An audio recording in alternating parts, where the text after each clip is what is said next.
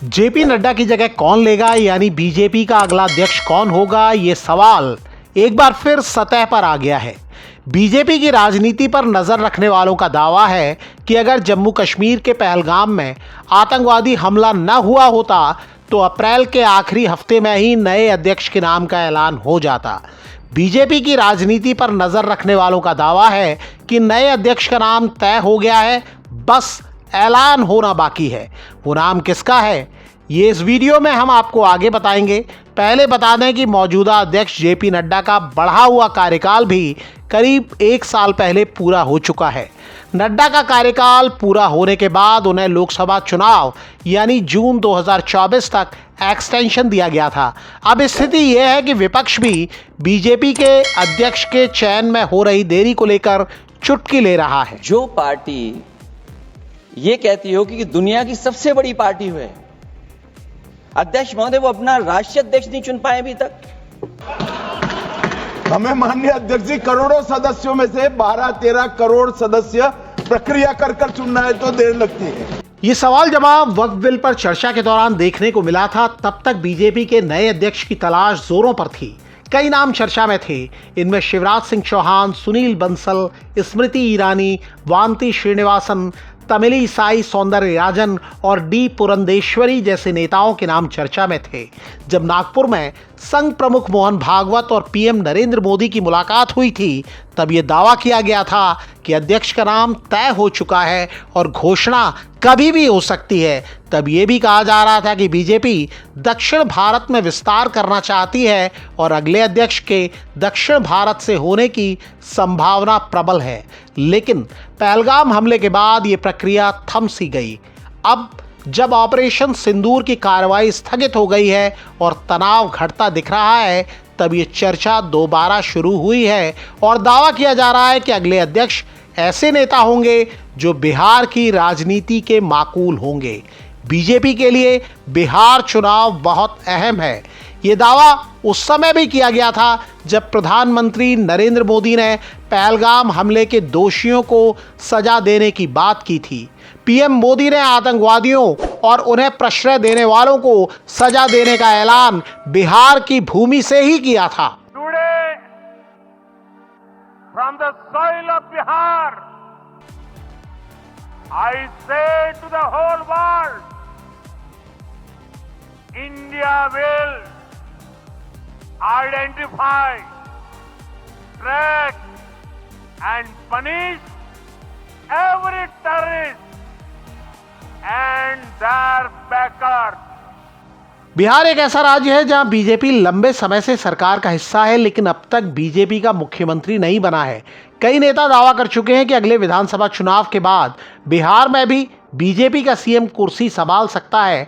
महाराष्ट्र चुनाव के बाद जब एकनाथ शिंदे की जगह देवेंद्र फडणवीस को सीएम बनाया गया, तब गृह मंत्री और बीजेपी के सीनियर नेता अमित शाह से बिहार चुनाव के बाद महाराष्ट्र फार्मूला आजमाने पर सवाल हुआ तो उन्होंने संकेतों में जवाब दिया, जिससे ऐसी अटकलों को बल मिला।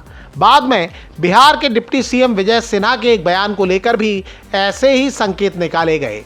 बिहार के मौजूदा सीएम नीतीश कुमार की हेल्थ को लेकर किए जा रहे सवालों के बीच कई जानकार दावा करते हैं कि जेडीयू में फिलहाल नीतीश कुमार का कोई विकल्प नहीं दिखता, लेकिन बीजेपी में कई नेता सीएम पद के लिए तैयार हैं। जानकारों का दावा है कि इसलिए बीजेपी ने तय किया है कि अगला अध्यक्ष ऐसा होगा जो बीजेपी की राजनीति पर पॉजिटिव इम्पैक्ट ला सके।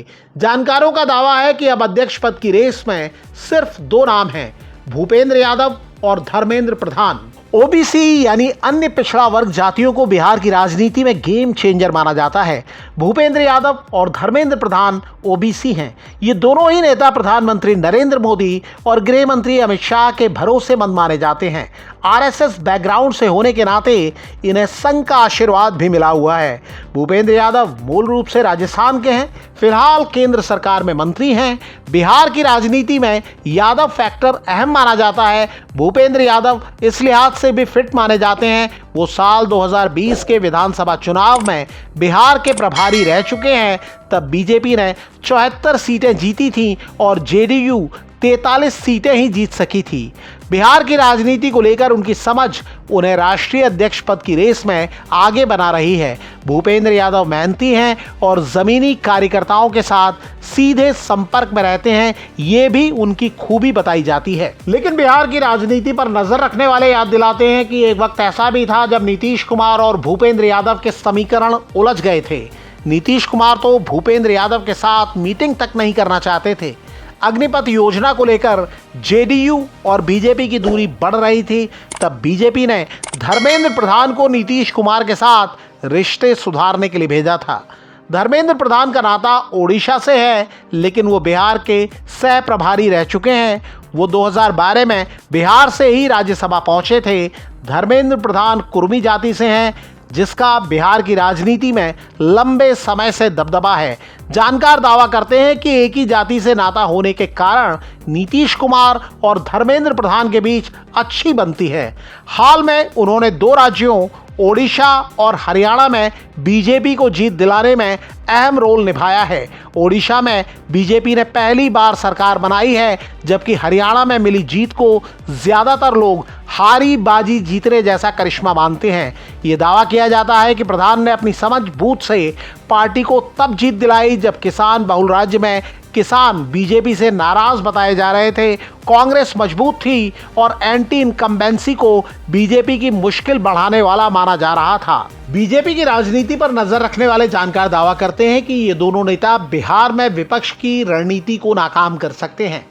बिहार की राजनीति में जातिगत फैक्टर का रोल सबसे अहम माना जाता है। कई लोग ये भी दावा करते हैं कि केंद्र सरकार ने जातिगत जनगणना का फैसला बिहार चुनाव को ध्यान में रखकर ही किया है। हालांकि बिहार चुनाव अक्टूबर-नवंबर में हो सकते हैं, तब तक जनगणना शुरू होने की उम्मीद कम ही है।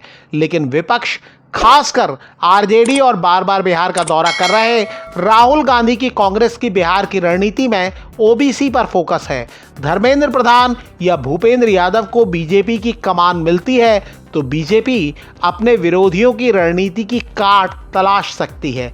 अगर किसी कारण इन दोनों नेताओं के अलावा कोई और नेता अध्यक्ष पद पर आता है तो वो भी बिहार पर किसी न किसी रूप में छाप छोड़ने वाला ही होगा। बीजेपी के मौजूदा अध्यक्ष जेपी नड्डा का भी बिहार से नाता रहा है। नड्डा का नाता हिमाचल प्रदेश से है, लेकिन उनका जन्म बिहार में ही हुआ है। नड्डा बिहार चुनावों में काफ़ी सक्रिय दिखते रहे हैं। जब नीतीश कुमार दूसरी बार आरजेडी से नाता तोड़कर बीजेपी के साथ लौटे थे, तब बीजेपी के बड़े नेताओं में से सिर्फ नड्डा ही उनके शपथ समारोह में पहुंचे थे। बिहार में बीजेपी को लोकसभा और विधानसभा चुनावों में अच्छी सीटें मिलती रही हैं। अब बताया जा रहा है कि बीजेपी चाहती है कि अगला अध्यक्ष भी बिहार के लिए माकूल हो। पार्टी की राय यह है कि नए अध्यक्ष को बिहार चुनाव के पहले कम से कम काम करने के लिए 100 दिन मिलने ही चाहिए।